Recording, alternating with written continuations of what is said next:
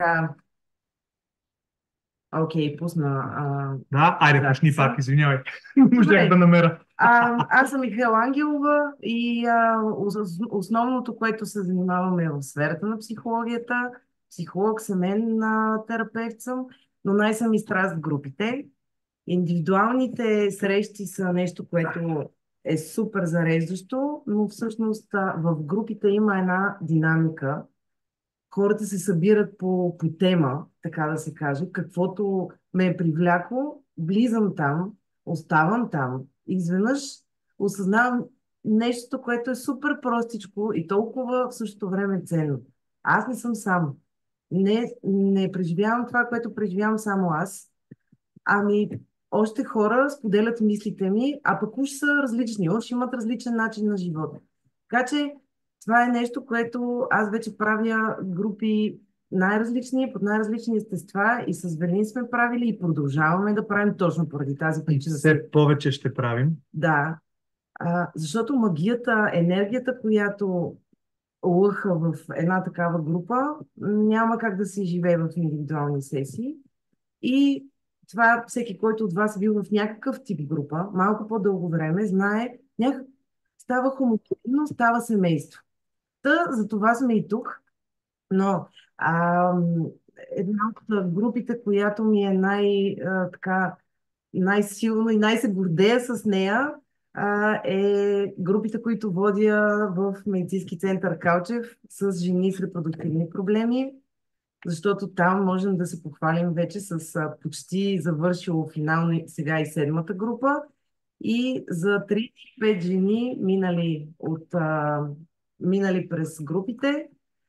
Вече И имаме. говорим за това са жени, с които в партньорката си връзка с години, десетки пътувания, инвитро процедури, какви ли не, по часовник, много, много тежко и сложно ежедневие, Да, с силното желание да имат дете. Вчера да. смятахме процента, заповядай, Миши. 57% успеваемост, което 35 жени, 20 бебета. 20 бебета. Вау, в И това смисъл. си е някаква такава гордост и, отново за пореден път виждам колко смисъл има в това да се правят групи на различни тематики и колко това всъщност променя човека, променя в една позитивна посока. А, Мютваме някой. И така, аз ще спра до тук. Велински, давай. Добре, аз се казвам Велин Марков. Хората ми викат Велко. Това е един псевдоним от дълбокото детство, което осъзнах, че всъщност е абревиатура и това е нещо, което е енергията и свободата на изразяване, която аз в живия ми живот днес помагам на хората да я намират. Велко е съкръщение, това е Vocal Elevation Lovers Collective и покрай мен събирам хора, които имат затруднения с това да се изразяват чрез глас. И за разлика от другите студия, това, което оглавих е психовокален център, който се фокусира не само върху гласа и техническата му проява, ами върху емоциите, върху личността, която седи за този глас. А, Изключително много се радвам и се гордея с работата си, защото най-сетне мога да говоря за чувствата на емоции и емоциите на всеки човек, който влиза при мен. И като говорим за емоции, също организирам Hackadance за мъже, което е силна проява на мъжка енергия, агресия и гняв. И чакаме женското. Чакаме да Hackadance за жени, това предстои, както и Hackadance за бащи с синове, ще видим и за дамите. Но съм се фокусирал върху мъжете, защото аз се намирам за доста емоционален мъж и всички сме такива. Гледам да си развивам емоционално EQ-то и виждам, че това е ценно на мъжете, които до голяма степен са научени да не изразяват. Имат стоицизъм, има перде, имат отваряне, отдръпване. Това, което правя е да помагам на хората да бъдат себе си и по-гласни. Изпуснам ли нещо? Не. И той има много неща, които може да кажем, но нали, Намираме много ценности и стойност в работата си и мисля, че няма нужда да продължаваме повече, да да. ви разкажем малко повече за какво е това глас и гняв. Аз ли да съм? Аз ли да бъда? Давай. Добре. Глас и Аз ще гняв допълвам. Аз ли съм? Ще ми дадеш ли думата? Да. Глас и гняв, това е нашето бебче от преди 3 години и половина някъде се зароди. И това е съчетанието на психологията и на вокалното проявление. Тъй като в това, което аз работя с набиране на скорост, все повече осъзнах колко е важно да се работи с личността, с бариерите, които се поставяме, с притеснението, с срама, с това да искаш да те видят, но да те е страх да покажеш всичко от себе си. И тъй като в психологията има разни училища, като пример неорихианството, много и психотелесната а, школа, използва в различните си практики гласа като средство, с което да пусне интензивните емоции. Казах, ми, много има огромна психология за използването на гласа и не виждам защо тези неща са разделени. Защо във всяко вокално студио няма психолог, защо в всеки психологически кабинет няма вокален инструктор. И затова психовокален като дума не съществува, но съществува психотелесен, Не съществува ли нещо друго? Психотелесен ме вдъхнови. Лесен, да. Си казах, окей, създаваме. Всички думи така са почнали. Имаме нещо, как да го назовем. Ето така го назоваваме. Имаме новодошли хора. Здравейте. Благодаря ви, че сте с нас. Та, глас и гняв, ние се фокусираме точно върху най-тежките емоции и гнева, между другото, е като една от най-ангажиращите такива и най-дискомфортните, най-неудобните. Хората като цяло не си позволяват да изразяват гнева си, просто защото няма ясен начин това да се случи, без да отблъснем някой, да го нараним, което пък е проява на наш страх, който е да бъдем изоставени, да бъдем отхвърлени и хората често не умеят да приемат тези емоции от нас и също не умеят и да ги изразят. Тези неща са свързани. Всъщност глас и гняв като групи, защото до този момент сме имали групи на живо. Сега за първи път стартираме и онлайн група, съкратен вариант.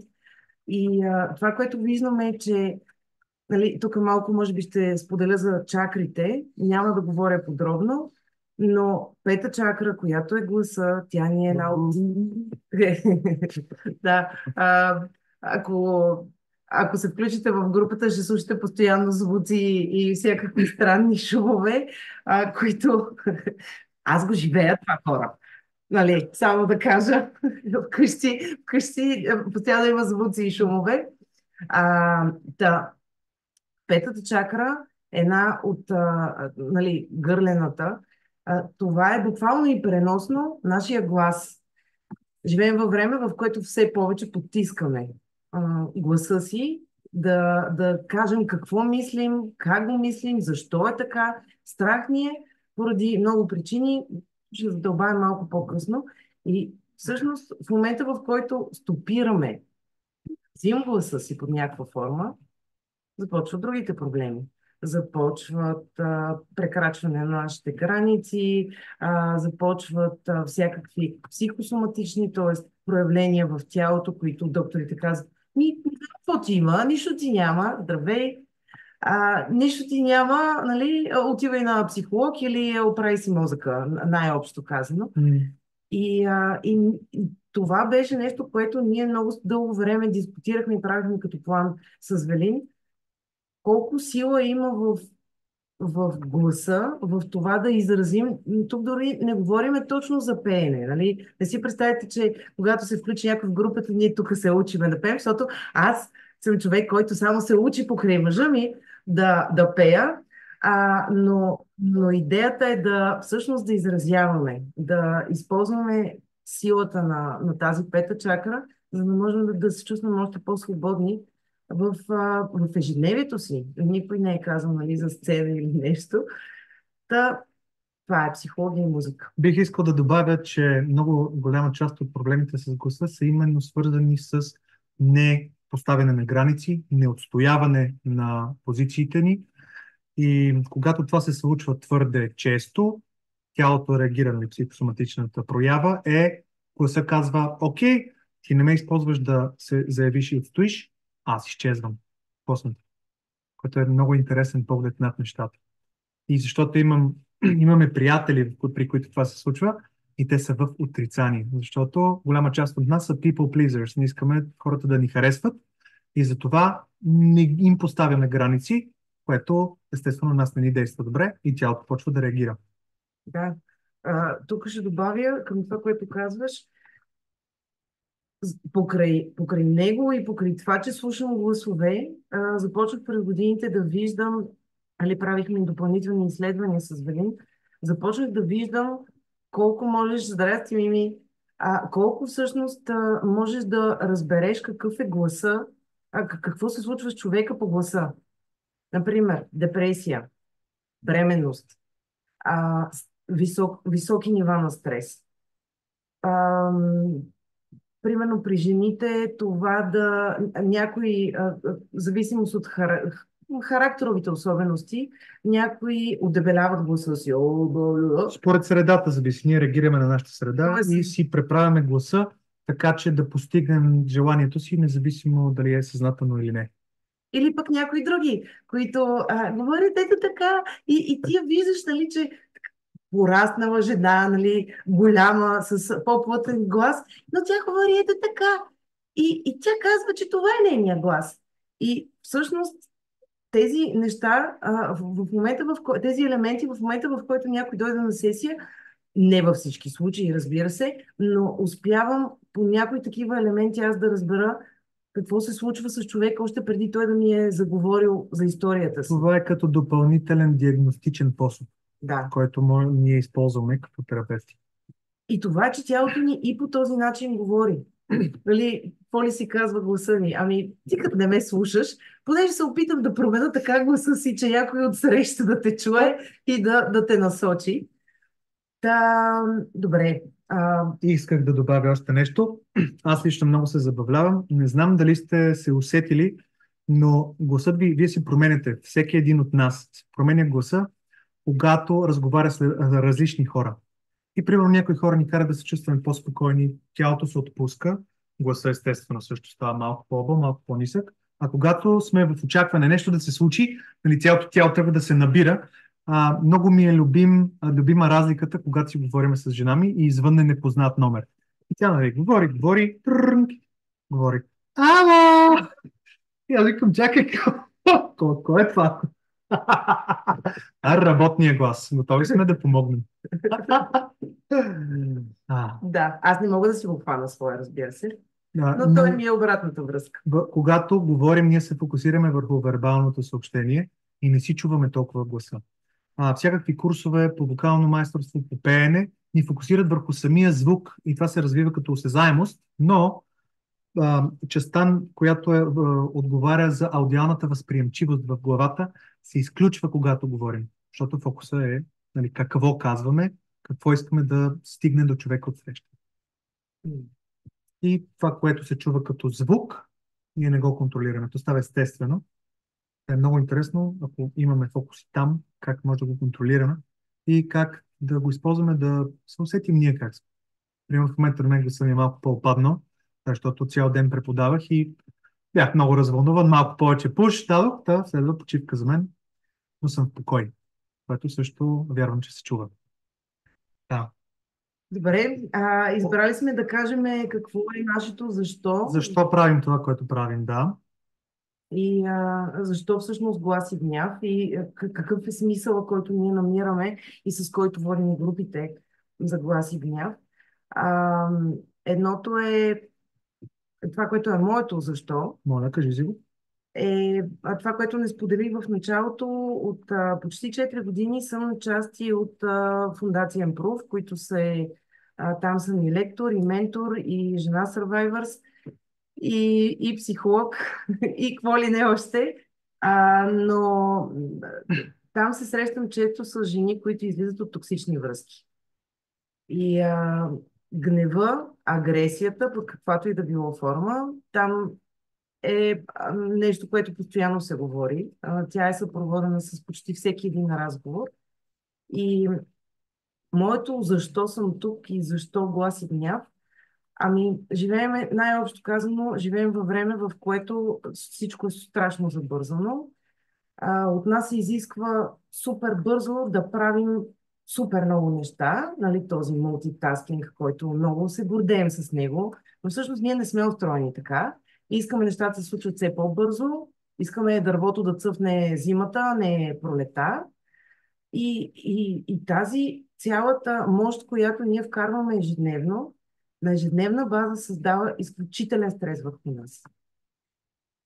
Което, както всеки от нас със сигурност смятам, че усетил по себе си, в един момент стига лимита си, стига граници, в които, както обичам да казвам, предобряме, изплискваме и стигаме до нещо, което всъщност вече ние не можем не можем да овладеем.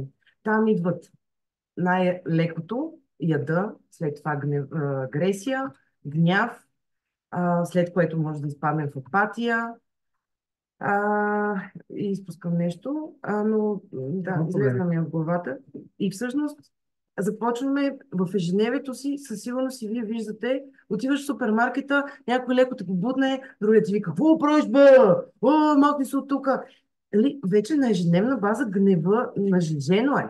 Агресия и едно такова неконтролиране на емоциите.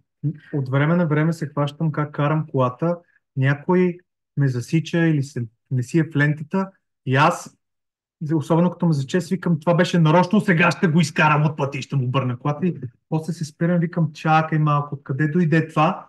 Това е твърде малка и незначителна ситуация, за да има толкова непропорционална реакцията ми. И това напоследък особено ме кара да се спра и да се замисля, добре ли съм? Какво се случва?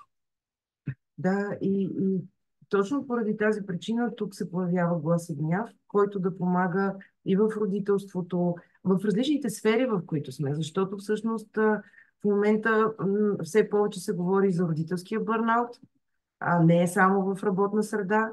И т.е. ние започваме вече и към най-малките, най-уязвимата част от обществото, да проявяваме, ама после искаме те да са мирни, добри и да не буйстват и да не чупят, нали, някак ние трябва да дадем този пример.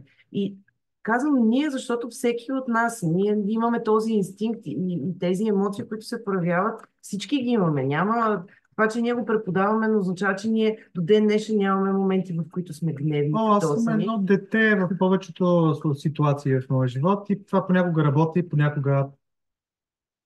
Да, точно. Идеята е взаимно да се подкрепяме за това да развиваме и всъщност колкото повече сме, толкова по-успешно можем да управляваме гнева си и да даваме примери на околните, който и да било. До тук ще спра с моето защо. Това все още беше моето защо. Вау! Добре. Почваме с по-обучителната част. Нещо, то не е обучително, ама нещо, което да върши работа за вас. След малко. Извинявай, моето защо? Да, след малко. Добре, благодаря ти. Аз ще започна с едно лично споделяне, но първо исках да кажа колко ми е ценно да се събираме в групи. Част от нещата, които правя е примерно едно събитие, което е екостаята, в което се събираме и просто си играем с гласовете си и все едно сме, групата е пещерата, а всеки участник е провокатора и каквото викне човек в пещерата, това му отвръща тя. Наистина вълшебно. В Хакаден също се събираме в групи и вчера имах 10-та среща на една от групите, в която аз хода, мъжка група за споделяне. В групата, няма да назовавам човека, е този, който води тази група. Човек, на който съм изключително благодарен. С него също ще правим разни ретрити за мъже. Наблюдавам колко е ценно да се събираме в групи хора, особено след COVID-а, където много се разединихме, много, се затворихме в себе си. И в момента има жажда, има един глад. Това да бъдем себе си в пространство с други хора, които са приемащи. Моето защо за глас и гняв е защото виждам как мъжете в мъжката ни група са много по-спокойни, защото са много по-добре екипирани, да се справят с живота поради силния гръб, който създава групата, в която има най-вече разбиране и приемане. Няма осъждане, има изслушване. Няма изисквания, има разбиране. И вчера Всеки разказа много задълбочена история и всеки друг се свърза с всяка история. И ние бяхме като една глутница, като едно братство. А за жените това са не вечеринките, ами нали, събирането на площада и а, Или околния, женските практики. да, женските практики. И аз толкова много се радвам, че има и от двете. И ние искаме да предложим още нещо, в което се говори за тази емоция гняв и какво има под нея, какви са съпътстващите неща. Защото гнева, ще кажа най-често, няма да кажа винаги, че да не съм абсолютист, гнева е а, много, как кажа, избликващ и плискащ от раните, които са ни нанесени, когато сме били деца. И същите бутони, нали, имаше едно много сладко изказване. Пич, що майка ти толкова добре ти натиска бутоните? Защото тя ги сложи там. Нали. И родителите ни, средата ни, ни слагат едни програми, едни бутони. И ако ние не се обърнем към тях, първо да ги видим, да признаем, че са там, без да се осъждаме, това, че се гнева, не ме прави лош. Защото аз знам, че в по-голямата част от моето ежедневие аз се старая да взимам решения, които аз считам, че са градивни.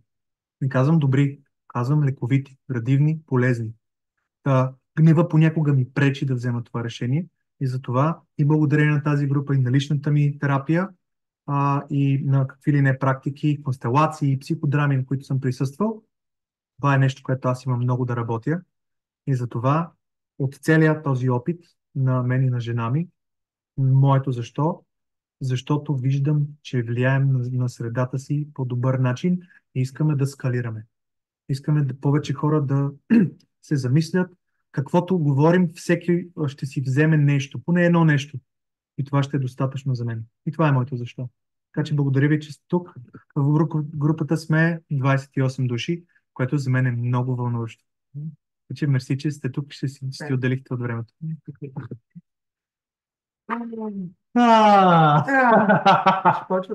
Почваме, да. Сега Добре. ще споделим. Продължаваме към една схема, за която моята прекрасна жена ще поговори. Сега, само да ми кажете дали виждате тази схема. Оп. Супер, благодаря. Добре. Заповядай. Значи, правя едно уточнение. Това е теория на праговете, нашите си прагове. И като ви говоря по нея, разглеждайте, мислете я като в сферата, в която ви е най-трудно. Нали, защото при някои е родителство, при други е работа, при трети са няколко неща наведнъж, многото задачи. Защото тя е приложима всъщност във всяка една сфера и за това, ето ти вода. И за това избрахме да представим нещо, което може да е приложимо във всяка сфера. Така, почваме от най-вътрешното кръгче, където е спокойствието.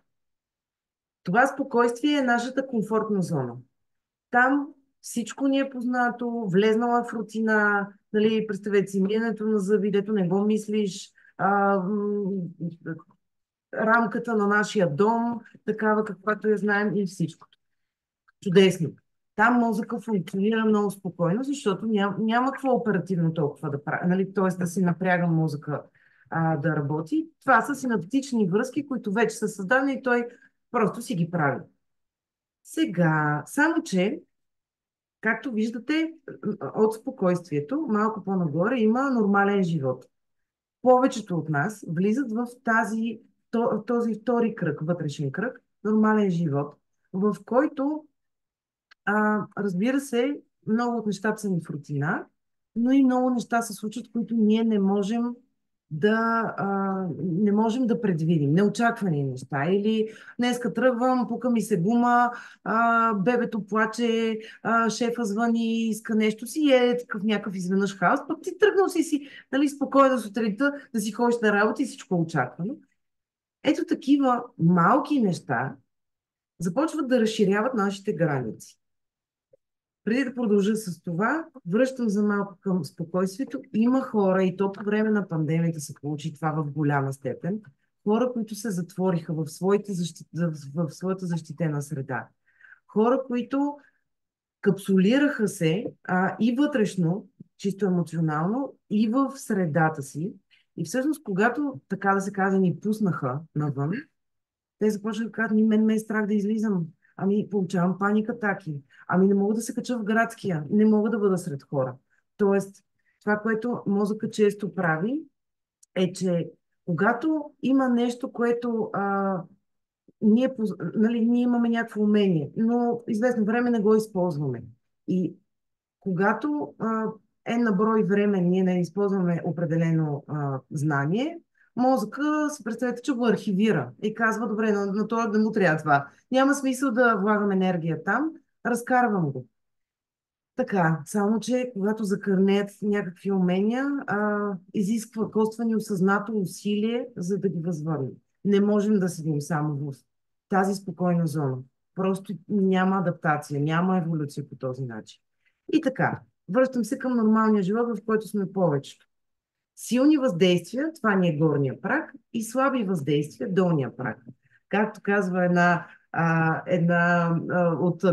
жена от групите, финните настройки са долу, слабите въздействия. Там са нашите емоции, там са тези финни настройки, които ние трябва да си ги следим, да си като струни, нали, на един инструмент, да си ги нагласяме. Силните въздействия, както казах, там са стресовите ситуации, неочакваните и така. Отстрани на тая схема виждате две стрелки, горен и долен праг. Представете си, че това е като скоба. Ако аз дигна горния праг, т.е. нещо стресово ми се случва, и се представете, че тази скоба автоматично се дига нагоре. Само че, когато аз дигна автоматично нагоре, долния праг започва да губи рецептори, започва да губи тези финни настройки, т.е.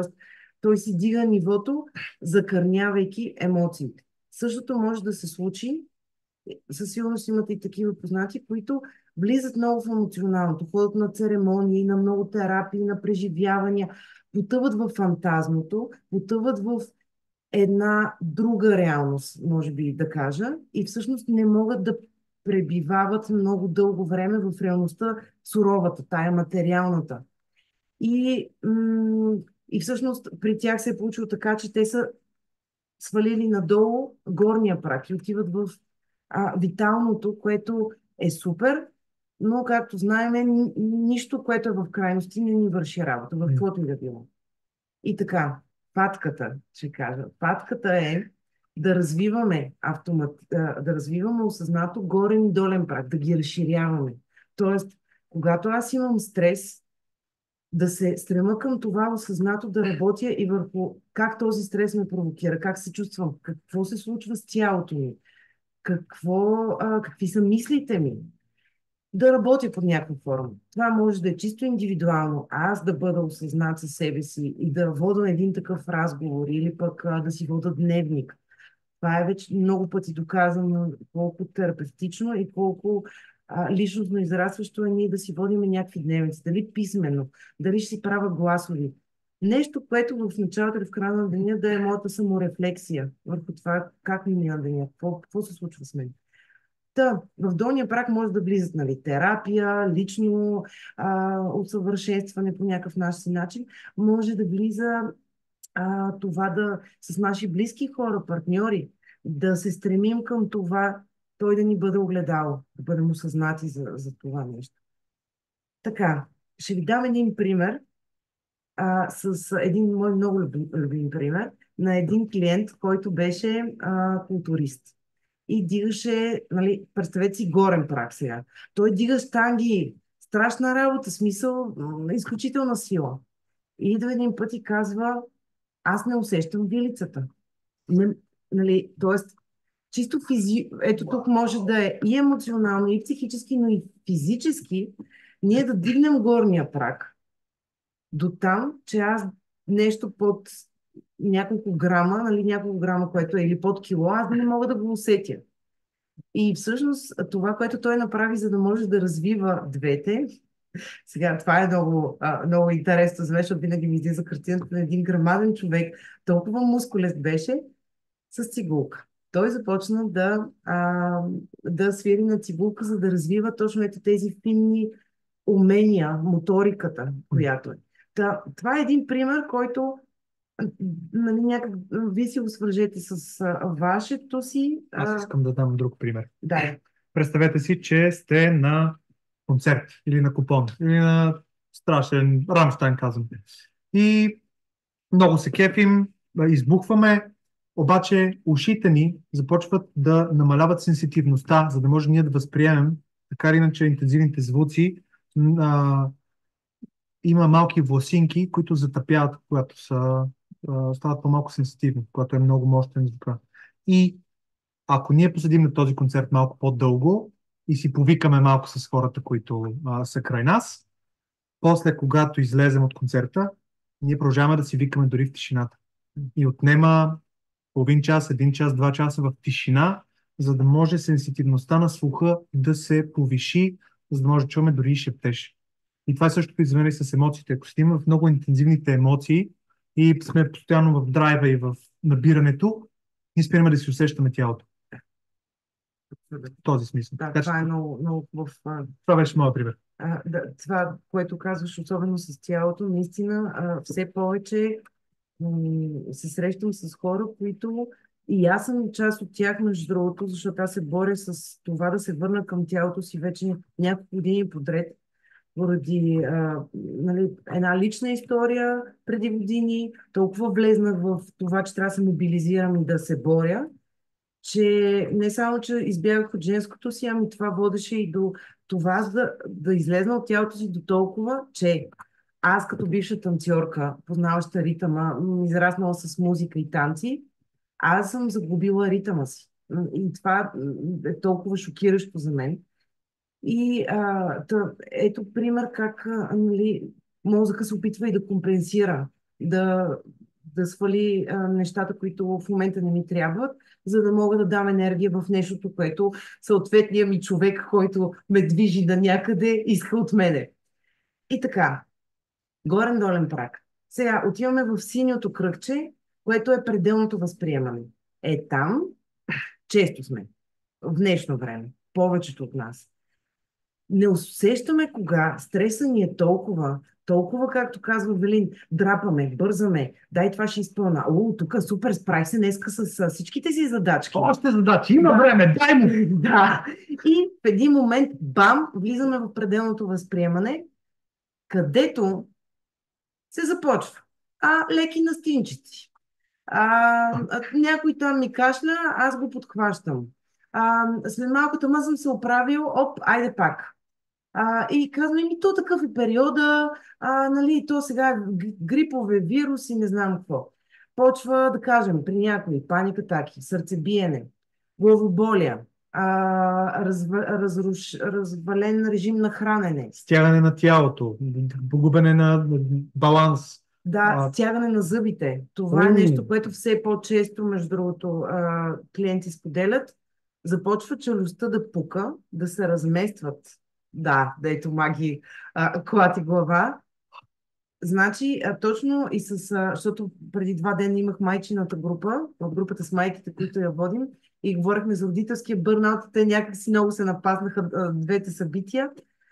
И едната от майките точно това споделяше, че всъщност вече отишла на зъболекар, на рентген, на всичкото. И те казват, нали, психически да имаш явно висок стрес. Това са и казали зъболекари, доктори и са изпратили. И нали, ето я тук колко е богат и нашия речник. Тук пак говорим за словото и за гласа.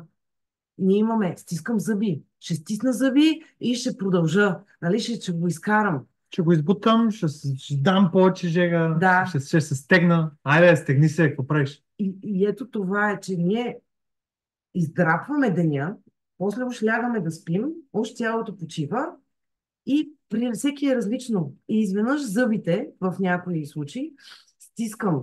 И почва ставите да се търкат, почва да препуква, при някой се вади челюстта, трябва да се намества. Страшна работа. Има така нареченото нещо мускулна дисфория, което е когато мускулите трябва да се напрягат. Има един момент, в който те се деформират и не могат да се отпуснат повече. И досущ както е нужно да излезем от концерта на Рамштайн малко, за да се върнем и да му се насладим в дълбочина, така има това, което чувам аз, е, че има бърнаут във всичко. Не е само в корпорациите, има бърнаут в родителството, има бърнаут в приятелството, във всичко, което Да. правим, като се пренавием, като сме дълго време над 85% заетост, това води до бърнаут, независимо какъв е предмет на действие. Да. Това описва пределното възприемане. Там, където почва тялото по някакъв начин да ни сигнализира. По-сериозно. Ние не го отчитаме, продължаваме, защото имаме дедлайни, защото много ни е важно, защото това чакаме, но това чакаме, така, чудесно, бам, в надпределните възприятия, т.е. в крайното. И както виждате, най-последното е прегарянето, бърнаут. Какво се случва в тези надпределни въздействия? Това е нивото, в което ние вече толкова сме надминали всичките си граници на всякакво възприятие. Тялото абсолютно тук вече никакви финни настройки не може да отчете. Често сме лесно избухливи, апатични ставаме. Тук е депресията.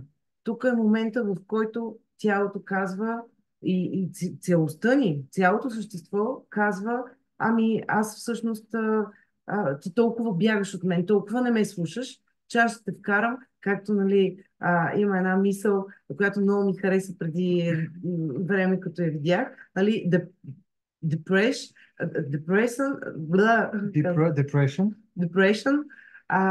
е depressed.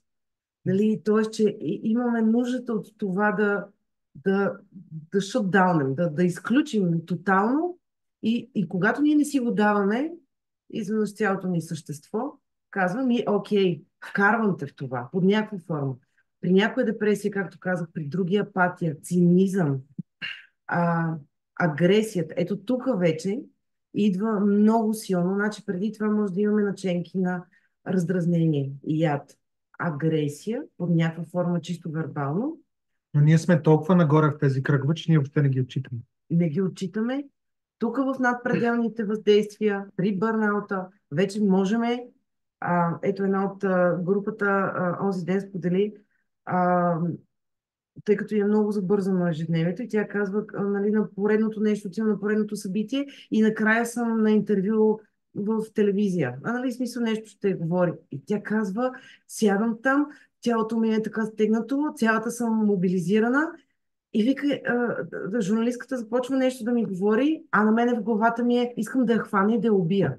Тя казва, нищо не ми е направила тази жена, но просто, нали, вече не се спобираш кожата си, както казваме. Та, Исках само да добавя нещо, което пак чувам като една нишка. Голяма част от нещата, за които говорим, се възприемат от социума като проблем, като нещо лошо, като нещо неправилно.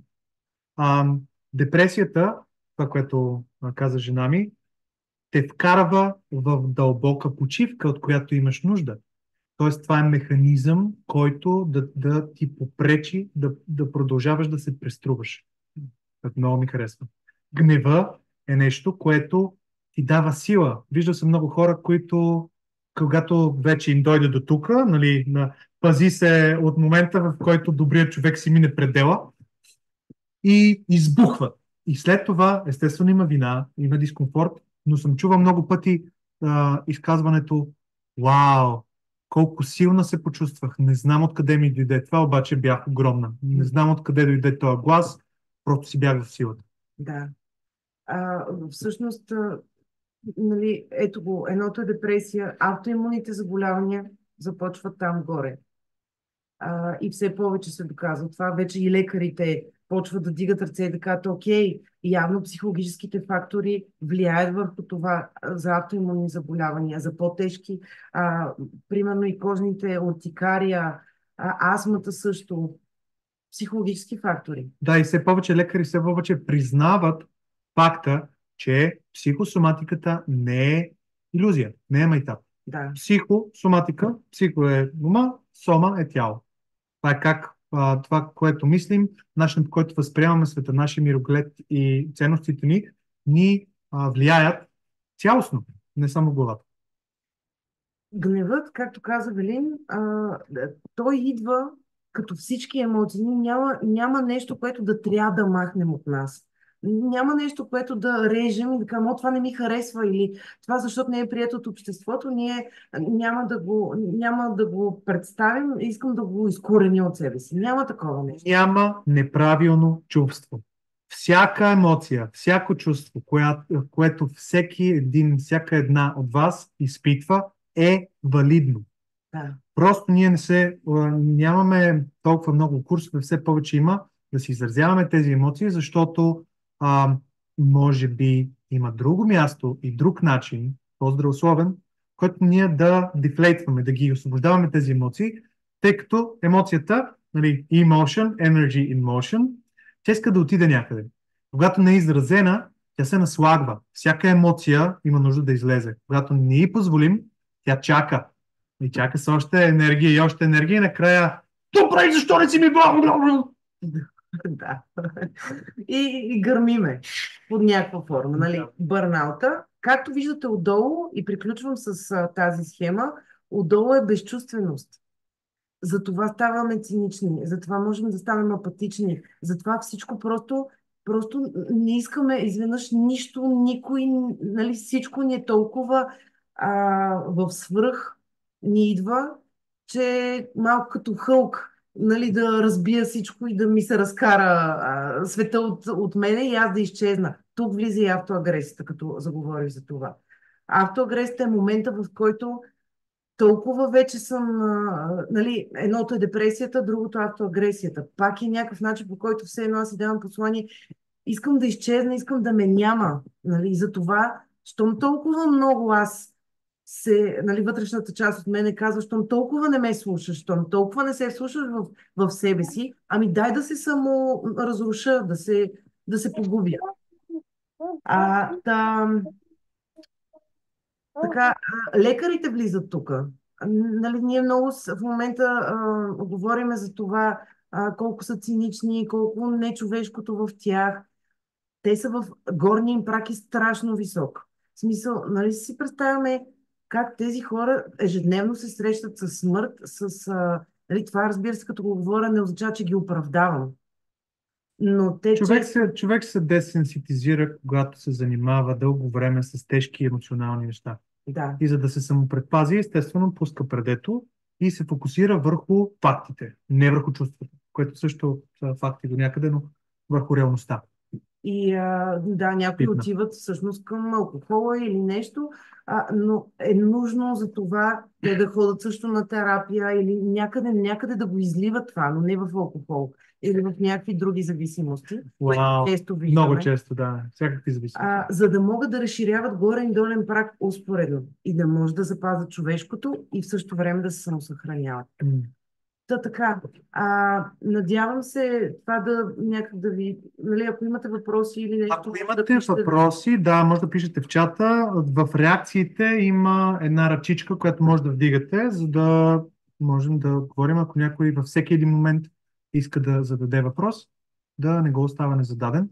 Малко по-късно ще имаме и 15 минути за въпроси и отговори, предстои да ви покажем следващата картинка, която я публикувахме преди вчера ония ден. Но то е къде има гняв. Да. Да, нека да видя. Виждате ли тази картинка? Супер.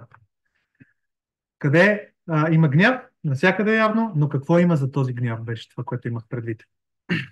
И аз, понеже съм така дребнаво последователен, мога да мина зад, да мина във всяка кутийка. Даже, тъй като в моята глава, нали съм people pleaser и мисля на всички да им е добре, ще кажа всичките неща, защото има в групата човек, който не може да ги види. Като се радвам, че е тук. Благодаря ти.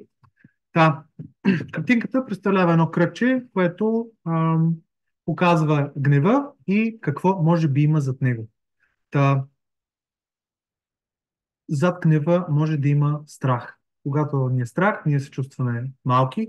Естествено, искаме да постигнем баланса и ставаме големи, за да парираме този страх, скрием, да не ни хванат, че сме в страх. Може да има тревожност. Сега тази дума, фрустрацията в тази хубава българска дума, която не е точно раздразнение, но то е като раздразнението в безизходицата. Аз ще го нарека. Може да сме гневни, когато сме объркани и някой ни разобличи в това. Но често сме гневни, когато ни боли. Какво ми говориш? Не виждаш, че се ударих току-що. Това е един гняв. Пак и в неразбирането го има. Може, когато сме тъжни или когато сме изолирани, почнем да се ядосваме, че сме сами. Съвсем естествено. Когато ни е виновно. Всичко е в защита. Гнева е там, за да каже, не, сега ще ти покажа. Като не ме разбираш, сега ще ти се да викам. Това е като германец, беше този вид. Когато един германец ти говори на немски и ти му покажеш, че не го разбираш, той почва да ти говори по-силно. Да, може да изпитваме гняв, когато сме виновни, когато чувстваме вина или срам. Много чест гняв и то при мъжете. Днес попаднах на двама такива, които споделиха за себе си, че не, че споделиха, аз ги видях, че нещо не е както трябва и сега ще видим какво ще. Така и това е като притежанието този гняв, този jealousy, тази ревността. Да. И ми принадлежиш, затова ще си държа сметка. Outrage and injustice, това е несправедливостта, това е една от пете травми. Когато сме безпомощни, за да се усетим повече в силата си, гнева е естествен. Когато сме под огромен стрес, това съм сигурен, че всички го изживяват. Да кажа, че всички неща, всички ги изживяваме, ще бъде смело, но съм сигурен, че много голяма част от нас покриват голяма част от този кръг. Когато сме унижени, абсолютен спусък за гняв. И той може да не е на момента, обаче после, защо не реагирах, това е свързано с автоагресията, защо не направих нещо, това беше ужасно, можех да се поставя по-добре, много съм зле, да. Унижението, когато някой ни изложи.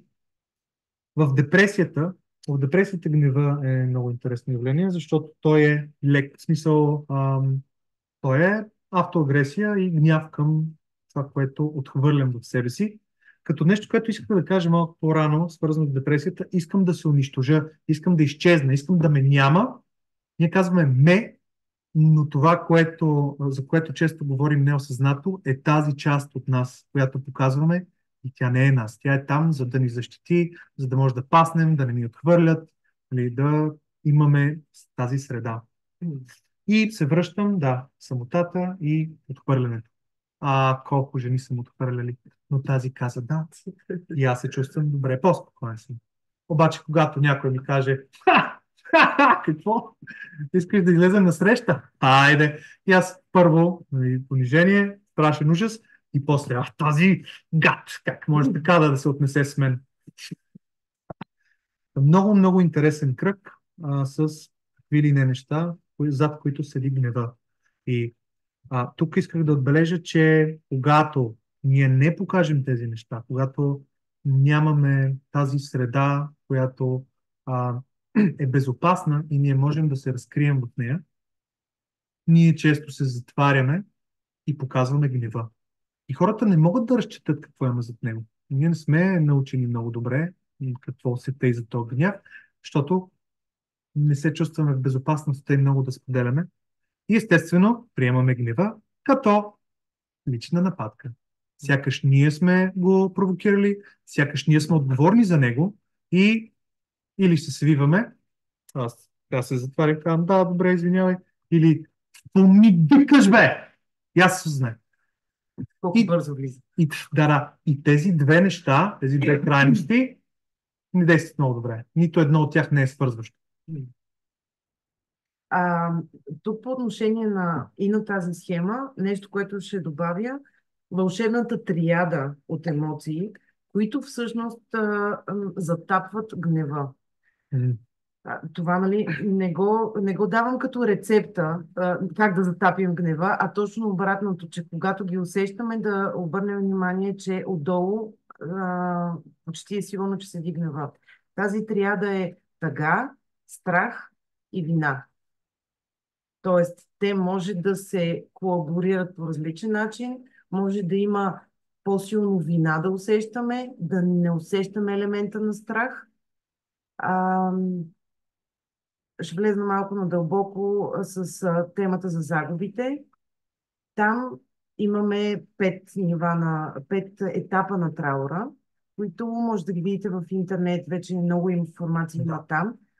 Но това, което исках да взема от там по тази тема, е, че тъгата започва първоначално да се едно слага бул върху загубата. Нали, мен ми е тъжно. Има го елемента на шок, нали, първоначално на мозъка, как, нали, този човек го няма или това нещо се е загубил вече необратимо в живота ми го няма. Окей, когато махна тъгата, изведнъж излиза гнева. Този гняв понякога при загубата може да го насочим навън, към света, може да го насочим към себе си, защо не му звъннах, защо не казах това, защо не направих, защо. Някакви неща, които смятаме, че ние не сме направили. Ето тук се примесва и вината, нали, чувството за вина. И всъщност в момента, в който тези неща ги отмахнем от тайката все едно, и излиза този гняв, който, нали, шумен е, проявява се, но е нужен. Гнева, ползите от него.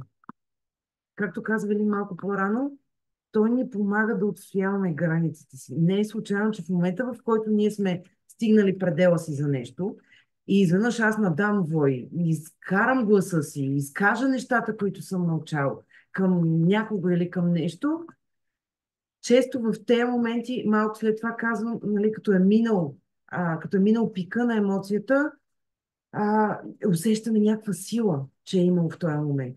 Защото всъщност самоувереността ни се повишава, когато ние изпитваме гняв. Това да заявя себе си, макар че понякога изглежда деструктивно през яда, през гнева, през хъпливи някакви забележки или чисто емоционално говорене, то ни дава сила. Защото вътрешната част нас вика: най-накрая! Излезна! Да, казвам. Най-накрая ще си каже. Пусто. Но, нали, кое ни спира за тези всичките деструктивни според обществото емоции, на които сме научени от малки? Нали, спри да се ядосваш, не викай, не чупи. Децата имат естествената проява на гнева. Нали, нещо не му се получава там на детето и то почва: ах, че си тъпо, ще те щупа, ще те фърля. Нали, то седи и се гневи. И всъщност, защото ние, виждайки в огледало какво прави детето, и когато ние не можем да се справим с нашия гняв в други ситуации, и ние започваме да го възпираме и в детето. О, стига си се ядосвал, какво като го щупиш, какво ще постигнеш? Какво правиш? Поемам си въздух. Право ме зада. Всъщност е нужно в тези моменти това, което нас не са ни учили. Как да останем в гнева, как да го изживеем, да не е деструктивен. Тоест, че детето тръгва да чупи, защото не знае какво да направи, но всъщност ние можем да останем с него. Първо да му назовем: аджаба, каква е тая емоция, която изпитва, защото то тръгва коктейла в тялото му се мобилизира и иска да изкара тая енергия на някъде. И в този момент е нужно ние първо да му назовем. Нали... Изглеждаш гневен. Да, ай си гневен. Аз така се чувствам, като съм гневен. И когато започнем да чупи, да видим дали можем да му помогнем по някакъв начин, да се включим в тази ситуация. Или когато е минал пика, т.е. ако детето е много нажежено в този момент, няма да ни чуе. Нали? Смисъл, в този момент по-скоро телесното помага. Нали? Това по някакъв начин да го докосна, да го заземя, да го върна в тая реалност. И това не е само за децата. Нали? Казвам го и за нас големите. Витаем в мозъка си. Само това довършвам. Витаем в мозъка си, бълваме някакви неща, емоцията просто се излива и отсрещния често изглежда като наш враг. Примерно някой наш любим, може да не е нашия партньор, може да е най-добрият ни приятел, роднина. В този момент, ако отсрещния се сети и излезна от това, че не го атакуваме лично, и дойде дори само да ни хване за ръката или да ни погали, това изключително много връща в телесното и ни връща в Тази другата сутрин реалност. какво направих? Дойдох и като прегърнах и те разтресох просто. И те дигнах и какво направих? Да, И ти се сепна, бе беше ядосана, и ми благодари после. да, да. Което аз имаше нужда да потренирам, да се упражнявам, за да мога да го направя, защото когато тя е гневна и аз го възприемам лично, аз не искам да я пипна. Не искам да се доближавам, защото съм обиден, наранен съм. Неприятно ми е, че се държи по този начин с мене и егото ми казва, за каква се мисли, къде е уважението, къде е любовта? И аз си хода, отивам си. Да, А всъщност си викам, чакай малко, това е любимата ми Михаела, която нещо я е разгневило. Може и да съм аз, но не е лично. Нещо се е случило. Нужно е да разбера какво е, преди да и реагирам. Защото ако ги реагирам, само ще го усложня. А това, което исках да кажа за децата, последните пъти, когато Ария се ядоса, и аз почвам се ядосам с нея. И тя така, и аз гледам да го дадем, да се го избухнем, да го изкара, защото ако тръгна да я спирам, тя ще го потисне. И това може да я разболее, може да я нарани, и въобще няма да я подейства добре. И тя почва да ми се ядосва, че я провокирам и нещата почват да се оталагват, защото местиме фокуса от какво ни разгневява. онзи ден и направих и бях огледал по същия начин, нали, нещо там се развалило, пак се почва, ама това е щупено, ама то всичко.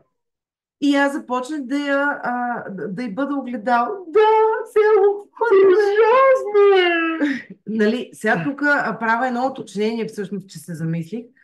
Нали, тук е важно да отчитате вашите деца. Да. Защото нашето се е научило, нашето е тренирано и на черен хумор, и на всякакви, нали, така, как да го нарека? Да, разбира, че не я... защото си дадох сметка, че в момента може да изглежда като да я от думата. Изглежда като подигравка. Да, все едно я подигравка, неглижираме, все едно отхвърляме нейните чувства. но И всъщност... защото, нека да извинявам. уточня, не, ти се навие, следват упражнения за дестресиране, така че ще ти се отразят добре. Когато това се случи, в първите моменти аз се старая първо да потисна своето его и да не я shut down, как е на български, да не я затапя. Да. И аз успокоя, как смееш да ми говориш така. Окей, чакай малко, това съм аз. Замълчи, диши, Велине. И сме имали една и съща ситуация в различни прояви. И в първите пъти ние отчитаме, че това се случва, обаче детето има нужда и всеки има нужда от повторение, от реитерации. И това е свързано с умението да сме търпеливи и да можем да повтаряме. Защото много хора след третото повторение почват да влизат в колко пъти трябва да казвам, толкова ли не разбра, и следва потискане. Да, ние минаваме в началото през отчитане, през назоваване, през опознаване на тази емоция, и при следващия повторение ние почваме, първо това е много присъствено упражнение, и второ е много интересно, защото поставя детето в различни резолюции на тази ситуация. И за да стигнем до ясно е, ние сме минали първо през това е това е нормално, изпитваш нещо, което е допустимо, имаш свободата да го изразиш. Но въпросът е кога излизаме от него, защото децата могат да останат дълго в нещата, но това е заучено. Това, което виждаме и по бебчето, е, че имаме някаква силна емоция и след което има разсейване и бебчето изведнъж променя си лицето и почва да се смее, а сълзите са и още на лицето. И това е много любопитно за като наблюдение. Да. Добре, аз мисля да премина към упражнение и да почнете вие да говорите малко по-религия. Упражнението, ще направим 2 упражнения, след което ще ви разкажем за групата, в която ще ви предложим да се включите, в която ще ам, задълбаем, задълбочим в тези интензивни емоции и основно върху гнева и неговата проява. И след което ще отворим подиума за споделяне, за въпроси. Ще изключим записа, защото това ще остане само за нас.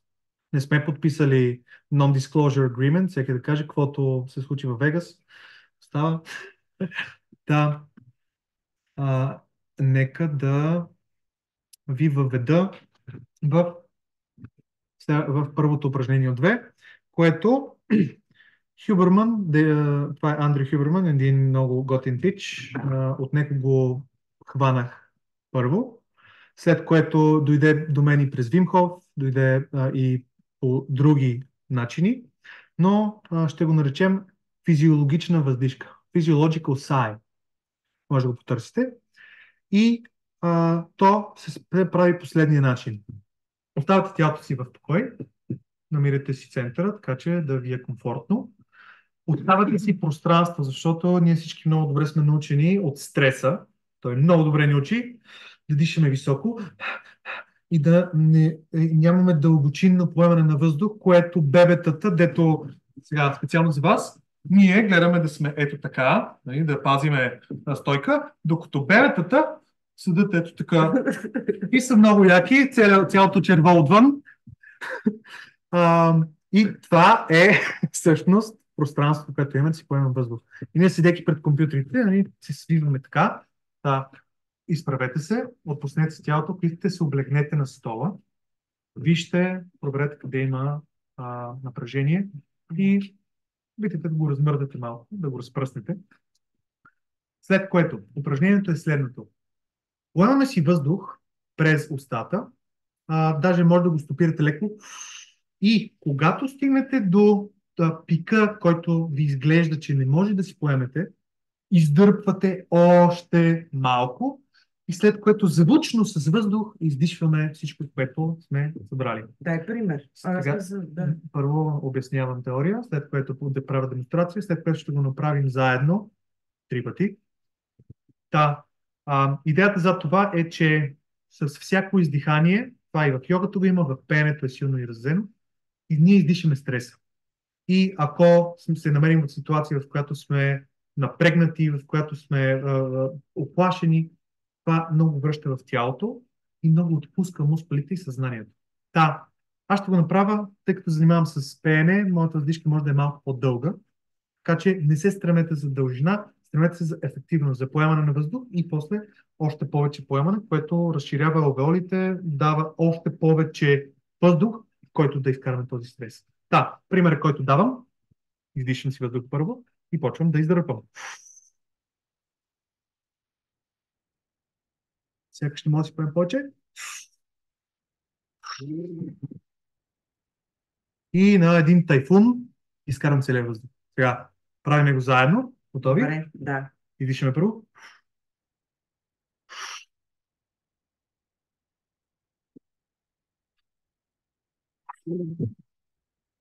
Супер. Втори път.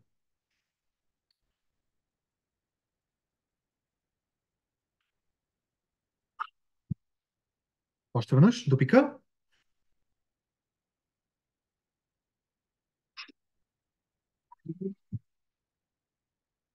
И сега.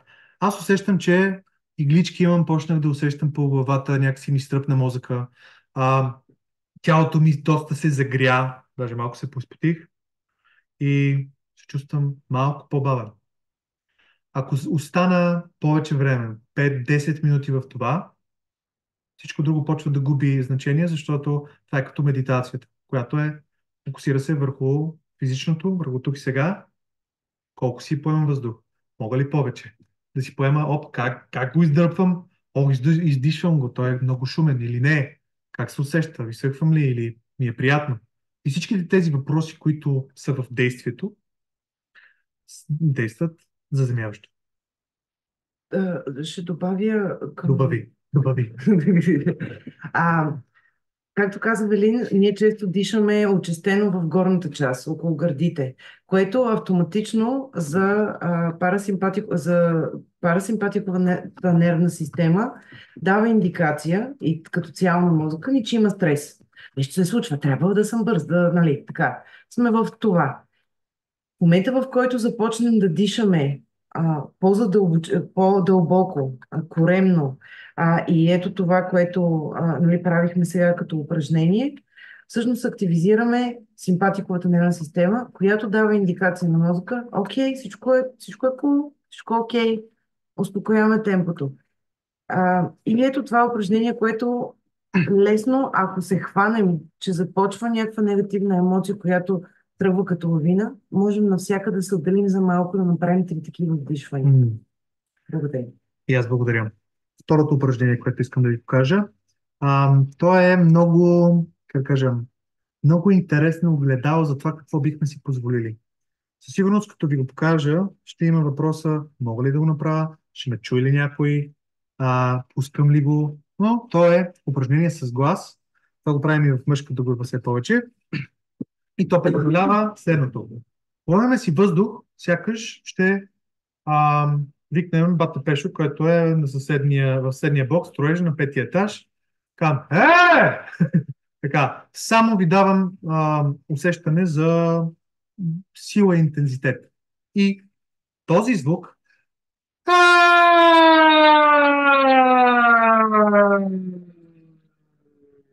сега, вероятно спряхте да ме чувате. Това е защото т.е. това не е Chrome. Zoom е настроен да изключва честотите, които не са говорими. Това, което правя е чува се. Чудесно. Благодаря, Цвети. Това е интересно да проверите дали вие може да засите през цялата дъга и докъдето ви е комфортно от високото към ниското.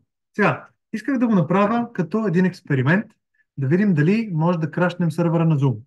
Така че само за упражнението, много ще съм ви благодарен, който колкото би искал да си позволи, да си включим всички микрофоните в момента, в който започнем упражнението, да влезне в записа и да проверим колко са им устойчиви. Тъй, че моля ви всички да се анмютнете само за секунда. Ако има външни звуци, това не е проблем. Колкото се отмютнете, толкова. И поемаме си въздух. Сега имаме фидбек. Поемаме си въздух. По същия начин гледаме да е ниско с тялото. И пускаме гласа.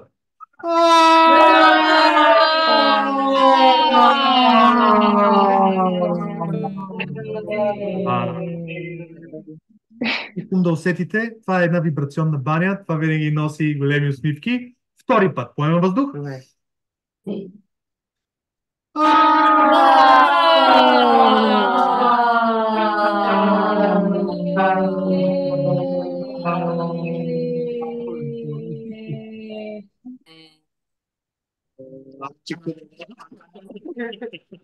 Аз ще уча. Много добре, много добре, много добре. И трети път. Колкото можете, отпуснете гласа, пуснете въздуха да излезне. Готови и поем въздух.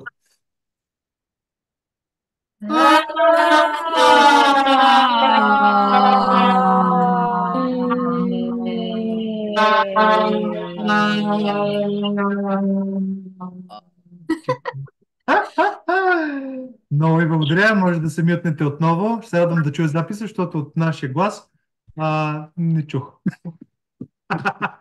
Ми е много интересно. Искам всеки един от вас да си направи една мини саморефлексия и да помисли как се чувства гърлото ми. Пуснах ли си гласа да излезне? Беше ли шумно или беше обрано? В момента имам ли дискомфорт в тялото или по-скоро се чувствам малко по-лек? Защото пеенето всъщност е много удължаване, огромно удължаване и забавяне на издиханието, което е също свързано с забавянето на пулса. Свързано е, пеенето пък синхронизира тялото, защото е единно действие, а това си беше като песен. Измислих още едно упражнение, което искам да ви го покажа. И то е свързано с факта, че имаме съседи. Между другото, после, ако може да ни дадете обратна връзка и за тези упражнения, ще ми е много интересно. Упражнението е следното. когато тръгнем да викаме на някой, нали, и се отваряме устата, звука, който ни идва от гърлото, излиза. Обаче, ако затворим устните и си представим, че издухваме една торта с 50 свещички, ние създаваме една вътрешно пространство в устата, което ние можем да запълним със звук. И той звучи така. Да, това е много интересно, защото ние можем да изживеем интензитета на силния звук, обаче той да е затворен в главата ни. И ако аз викам, какво си мислиш, че правиш ти, бе? Аз много... Което е смешно наглед, но аз не си спирам гласа с тук. Спирам го тук и си държа звука за себе си. Та, искам да опитаме заедно да го направим същото упражнение, веднъж, само че ще си затворим устите и ще пуснем само една мъничка струя, почти като с възглавница. Да, това е нещо, което аз провокирам хората да правят. По какъвто и да е начин да си пуснеш гласа. Ако има дискомфорта на чужди уши, възглавницата е чудесен начин, обаче, за съжаление, аз не си нося възглавницата, докато карам или на работа и няма често къде го направя. В студиото, това е пространство, където можем да сме открити, отворени и шумни. Когато това не е възможно, да, поемете си пак въздух и каквото се случи, то ще бъде тихо. Вие ще си го чувате тук. Поемем въздух.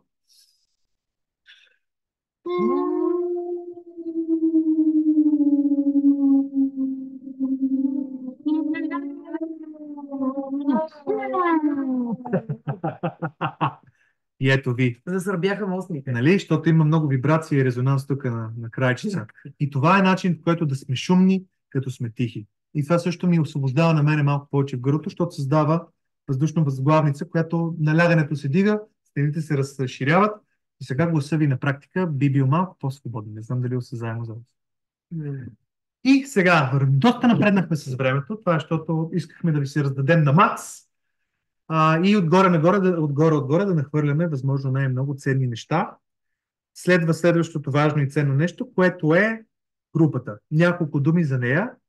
Това е група, която ще бъде продължителност един месец, като това е първата ценно неофициална среща и предстоят още 4, които ще се случват всяка събота. От 7 юни? Да, след 2 седмици, мисля, че или след една? Не, една. Една ли? Да. Ние сме абсолютно извън време и пространство. Да, 7 юни, 7 юни, което е следващата. Да. Глупости говоря, 8 юни. 8 юни е събота. Често говориш глупости. Да, така е. Но и аз постоянно говоря глупости, така че не е чудесно. 4 онлайн срещи, с които да започваме всяка събота, които ще са в първата част от деня, т.е. мислихме от 9 до 11 или от 10 до 12, ще го решим в зависимост от възможностите на желаящите, който иска да се включи. Максимум групата до 12 човека. Защото искаме да не се разпръскваме. Чували сме за практики, които са с 40, 50, 100 човека, които целят да има индивидуално включване, но то няма как да се случи, когато сме пред твърде много хора, защото бариерите са много високи. Не може толкова да се разобличат пред толкова много хора. Ние се стараем да го нормализираме това, но все пак е предизвикателно и дискомфортно. Да, до 12 човека ще бъде групата. Да, като ако 12 човека ни е пълна групата, със сигурност ще бъде с продължителност 3 часа, за да може всеки да има времето и пространството. Ще съобразим времето, да, според хората. Ако сме по-малко, ще бъде по-кратко, ако сме повече, ще бъде по-дълго, естествено, защото искаме всеки да има своето време, да се чуе гласа на всеки. Много е значимо за нас. Ще има правила на групата, ще има конфиденциално, ще подпишеме такива споразумения, за да може да си имаме доверие. И пълна конфиденциалност, да.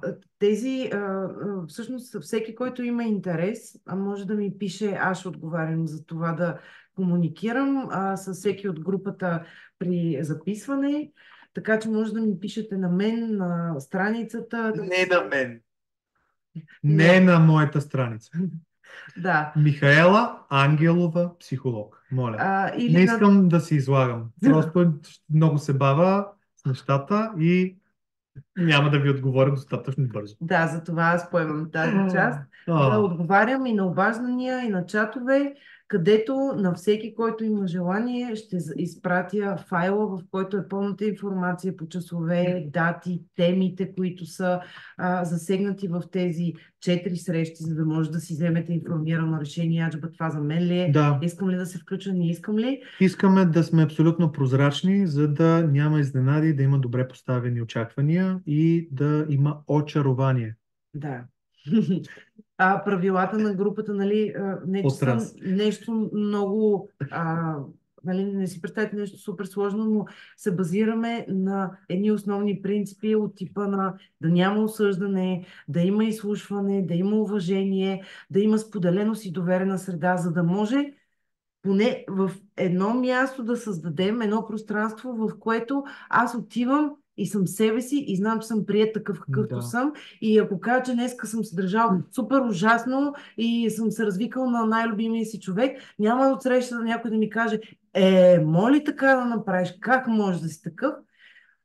Да срещна това истинско приемане, че да, всички сме хора и нищо човешко не ни е чуждо. Ще добавя тук, че нещата, които отхвърляме в другите, са неща, които отхвърляме в себе си. Наскоро публикувах едно лично споделяне, което беше точно свързано с това, че аз се навиках на едни деца, защото когато бях малък, правех като тях и все още се осъждам за това. Естествено, те получиха моето осъждане към себе си.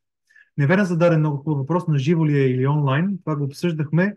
Тази група възнамеряваме да я направим онлайн, като много зависи. Аз имам желание да направим и на жива среща, половин ден или повече, в която може да си съберем и да си повикаме, може да проявим гласа си в планината, ще видим. Но нещо, което все пак да има и живото присъствие. Ако имаме хора от други градове, това ще бъде по-предизвикателно, но ще го помислим. Тази група е онлайн, Ти ще дойдеш, Маги, да ще е дойдеш. достъпно, за да може да е по-достъпно и да достигнем повече хора. За да можем да правим това, което правим и да живеем от него, естествено, групата има цена. Цената, която ще публикуваме за хората, които не са в тази среща. И аз отново ви благодаря. Вече час и 24 минути сме заедно. А, Цената, която сме сложили за хората, които не са в този Zoom чат, е 300 лева, което За прави тези 4 срещи. за тези 4 срещи. За всички вие вас, които сте тук, публикувам код за отстъпка. Вау, колко силно натиснах ентера. Цената е с 50 лева по-малко, тя е 250 лева, което мисля, че правеше по 75 лева на среща. Приготвени ли сме ви от всичко, което казахме, още задълбочаване, още упражнения, още техники за справяне, за изразяване. А, Имаме план да ви представим и начини, по които да се заявяваме, да се отстояваме. Каква ли не, просто доста сериозно нещо сме приготвили. Мислиме, че тази цена е доста така, адекватна. И И още нещо, че между срещите има Viber група или ще видим смисъл, ако целим да трябва. сме свързани през цялото Да. време и да правим едни чекове такива. Тоест в тази група всеки в тази Viber група, да кажем, всеки, който се е включил в групата, ще има пространство, в което постоянно да бъдем в комуникация, да бъдем Да. свързани. Та, с това приключихме частта, която казах, че ще бъде час и 15 минути. С 10 минути се забавихме, така че отваряме подиума, който иска да... Спирай рекординга. Да, спирам рекординга. Благодаря ви на всички също, И аз ви които благодаря. сте тук и също на тези, които гледат записа онлайн. Ще го публикуваме тук до няколко часа или ден, два, не знам. Все пак аз ще се занимавам с това. Да.